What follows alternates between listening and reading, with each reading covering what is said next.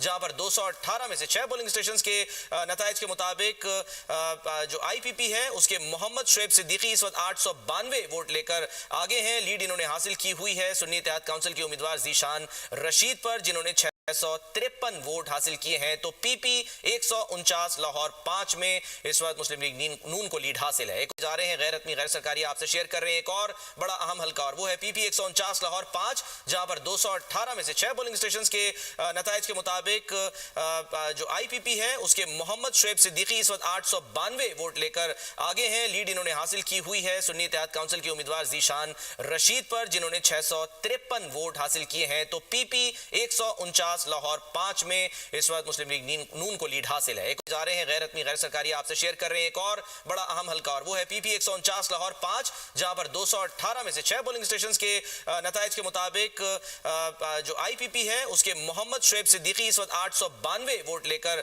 आगे हैं। लीड इन्होंने हासिल की हुई है सुन्नी इत्तेहाद काउंसिल के उम्मीदवार